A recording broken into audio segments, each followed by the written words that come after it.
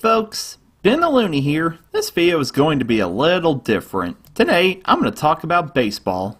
Sound like fun? Let's get him, fellas. I admire your enthusiasm. That being said, April is right around the corner, baseball season is starting up soon, and I am pumped. So I figure now is the time for me to talk about the sport I love and completely fanboy over it. For starters, those of you who have been following me since the beginning know of the first video I made on sports. I said baseball was boring and lost interest in it. Meh, teenage hormones, what can you do? I love baseball, I grew up with it, and I got into it again last year when my best friend asked me how the sport is played. I explained to him the rules, and I found myself getting excited to teach somebody about baseball. It's one of those things where, hey, it's baseball. No one needs to explain it, everybody knows it. But since he's from Romania, he was unfamiliar with it. I then remembered all the fun times I had watching games, and it inspired me to bring my love back and start watching the sport again. But for those of you in foreign countries who might not know, here are the rules. In baseball, you have two teams, the home team and the away team. Like any sport, unlike contact sports like football and soccer, baseball is more a wait your turn game. You have 9 innings, and an inning consists of both teams having one opportunity for their players to step up to the plate and bat. The other team is on defense, and it's their job to prevent the batting team from scoring. This is led by the pitcher, who tries to strike out the batters. Pitches are balls and strikes. 3 strikes, the batter is out. But if the batter swings at the ball and tips it off his bat, that's called a foul. The batter is allowed as many foul balls as he can hit. However, 4 balls leads to a walk, meaning that the batter gets to walk to first base. If the batter gets hit by a pitch, that can also lead to a walk. The team on defense needs to get 3 outs in an inning. Outs can also be achieved by a batter hitting a ball in the air and a player on the defensive team catching it.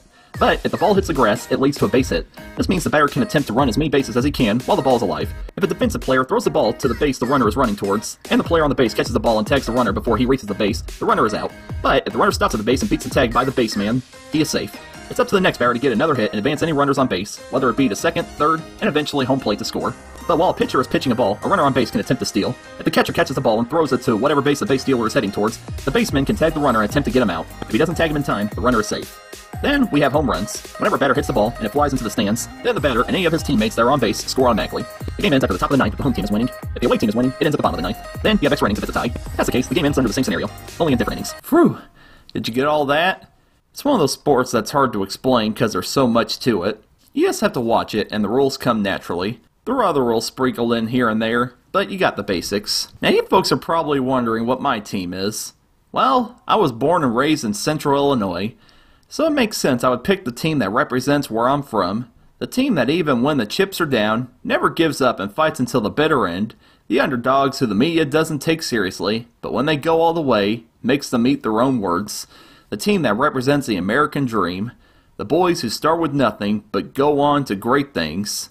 That's right, I'm a fan of the St. Louis Cardinals. What, just because I'm from Illinois you expect me to root for the Cubs? Where I live, St. Louis is closer to me than Chicago is. Besides, I didn't have a choice. I was born a Cardinals fan, and I'll die a Cardinals fan. Though I'm shocked at the stigma against the Cardinals. ESPN rarely shows highlights from their games. There aren't many documentaries made on them. And the only Hollywood movies that seem to treat the Redbirds with respect are It Happens Every Spring and The Pride of St. Louis, both from the 40s and 50s respectively. Yet I can name 3 movies where the Cubs are either the focus of the movie or given a respectable tribute, and these all came before their big win last year. Not to mention all the sports documentaries made on the Cubs, not to mention that there's a major movie about the 2016 World Series victory in the works. Gee, they're milking this for all it's worth, aren't they? So you're wondering, how do I, a fan of the Cubs' biggest rival team, feel about their win? Well, I just want to say I'm happy for you guys. I hope it was a special moment for you, your friends, and your families. And I hope you win again in another 108 years. Continuing on about the social stigma against the Cardinals, whenever there's a Cardinals game on any other channel that's not Fox Sports Midwest, the announcers either have a lot of bad things to say about the Birds, or they imply the little success they have are just flukes. Why do people hate my Redbirds so much? Is it because they win too much? I find it weird sports media will badmouth the Cardinals, yet they go on to praise a team like the New England Patriots, despite the fact the Patriots have won more Super Bowls in the past 20 years than the Cardinals have won World Series in the last 50. Is that fair? Or maybe it's because the Cardinals are a small market team compared to the teams of the East and West Coasts. Well, that only makes me love the Cards more. They don't have as much money to work with as the more popular teams, but they still manage to be more successful than a good majority of them. Don't mess with the Midwest. I can understand not liking a team, that's fine, but don't be so disrespectful to a team with so much history and success while bandwagon jumping on teams that take 108 years to win a third World Series. What? Are we living in a society where we call the F student the best student in class just because he gets an A on one test? Now I know what you're thinking. Ben, you've been a lover of arts and entertainment your whole life. How did you get into baseball? Well, I said I was born a Cardinals fan. My mom would watch games with my grandma and grandpa, and my dad would lay in his bed with his little radio, listening to Cardinal games on KMOX. They passed their love to the team on to me as I grew up watching games on my dad's lap, falling in love with legendary players like Jim Edmonds, Edgar Renteria, Fernando Tatis, Mike Matheny, J.D. Drew, Fernando Vina, and Mark McGwire. Baseball brought me and my dad together, and our relationship has only gotten stronger since I've gotten back into the sport. Taking a break from the Cardinals, let's talk more about the sport itself. Some people might be wondering if baseball is still a thing, considering it was the sport your grandfather fell asleep watching at your family get-togethers. Yes, it is still a thing, and it is my favorite sport. That's right, not football, not football, not basketball, not even curling. It's all about baseball. People are quick to point out that baseball doesn't have the fast-paced action of all the other sports out there, but then again, it doesn't really need it. Baseball is more based on strategy. There are so many scenarios in baseball that people take for granted. The possibilities go on and on and on. You never know what's going to happen in baseball. A team can be winning 4-0 at the bottom of the ninth, but the other team comes back and scores 5 runs with only 1 out left to go. Yes, that happens more than you think. Never a dull moment in this game. Sure, baseball's a slower sport, no doubt about it, but that's what makes it stand out. It's all about suspense, the feeling that something could happen, and the special moment you feel when it finally does happen. Whether it's good or bad, it catches you off guard. Nothing is ever set in stone, and anything can go wrong. Like this, for example. And the 3-1. Popped up. Castillo. Dropped the ball! He dropped the ball! Here comes Teixeira! And the Yankees win! Oh my goodness! You had one job. I think of baseball in the same vein as a Hitchcock movie. Watching a game is always a toss of the dice. You might run into that one game where it's a blowout, your team isn't scoring at all, or you might just get great games that go back and forth until the bitter end. Anything can happen. Of Brandon Phillips. Now Rowan is getting into it. And now it is turning ugly. In it with Chris Carpenter. And Carpenter's the one down there chirping. Anything. Going back to the Cardinals, let me tell you folks my favorite Cardinals moment. Quite possibly the greatest comeback in World Series history. 2011, World Series Game 6, St. Louis Cardinals against the series-leading Texas Rangers. The Cardinals were playing very uncharacteristically during the game, making one error after the other. It was like watching a Cubs game. It led to the bottom of the ninth. Texas 7, Cardinals 5. Cardinals are down to their final strike. If this game ended with a Rangers victory, the series would have been all over. The next pitch.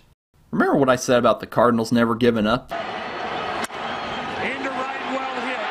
Back at the wall. It's off the wall. 1 run scores. Here comes Berkman. Freeze has tied it. The drama didn't end there. The Rangers were hungry to win their first World Series, and they weren't going down quietly. But neither were the Cardinals. So once again, the Cardinals down to their final strike. 1 base hit away from tying it up. Could they make a miracle happen twice in one night? In the air to right center. This game is tied. There was an 11th inning, and let's just say the hometown hero David Freese had seen enough. Freeze hits it in the air to center. We will see you tomorrow night. The Cardinals created Game 7 and ended up winning the World Series. It was a wonderful moment, and one I'll never forget sharing with my dad and our next-door neighbors. That's why they're called the Comeback Cardinals. So, baseball is a sport that's more thanky and less bangy. In today's fast-paced world where attention spans are getting shorter and shorter, and the MLB is making feeble attempts to try to speed baseball up, I think the laid-back feel is what gives baseball its identity. It's good for it to be slow and quiet, so when big moments happen, that makes it all the more exciting. So, even if you're not into sports, I highly recommend checking out baseball. You pick a team you want to root for. Wherever you live and whatever team's games you get, I'd recommend rooting for that team closest to you to represent where you're from. If not, that's fine. You pick whatever team you want. Just don't be a bandwagon jumper and jump on whichever team is doing best at the time. Where's the fun in that? If you give baseball a try and it's not your thing, no worries, I still love you. But it's a sport that's been around for over 200 years, and I don't think it's going away anytime soon. I thank you for joining me talk about the sport I love, and I'll leave you with some of my favorite baseball moments. Until next video, take it easy, fam. Well hit, way back. Listen to the reaction. Oh boy, what a catch he made, Willie McGee. Shooter from the belt to the plate. A swing and a miss, and that's the winner. That's the winner. A World Series winner for the Cardinals. Didn't score. Smith corks one into right down the line. It may go. Go crazy, folks. Go crazy. It's a home run, and the Cardinals have won the game. Fastball, and it's a grand slam. Woo! We see who carved that one. And the pitch. The runners go 3-2 to T. Swing and a long one. There it is, folks. Baseball history. A second grand slam home run for Fernando Tatis. In the air, deep left center field. Edmonds on the run. Dives, and he's got it! For the first time since 1982, St. Louis has a World Series winner.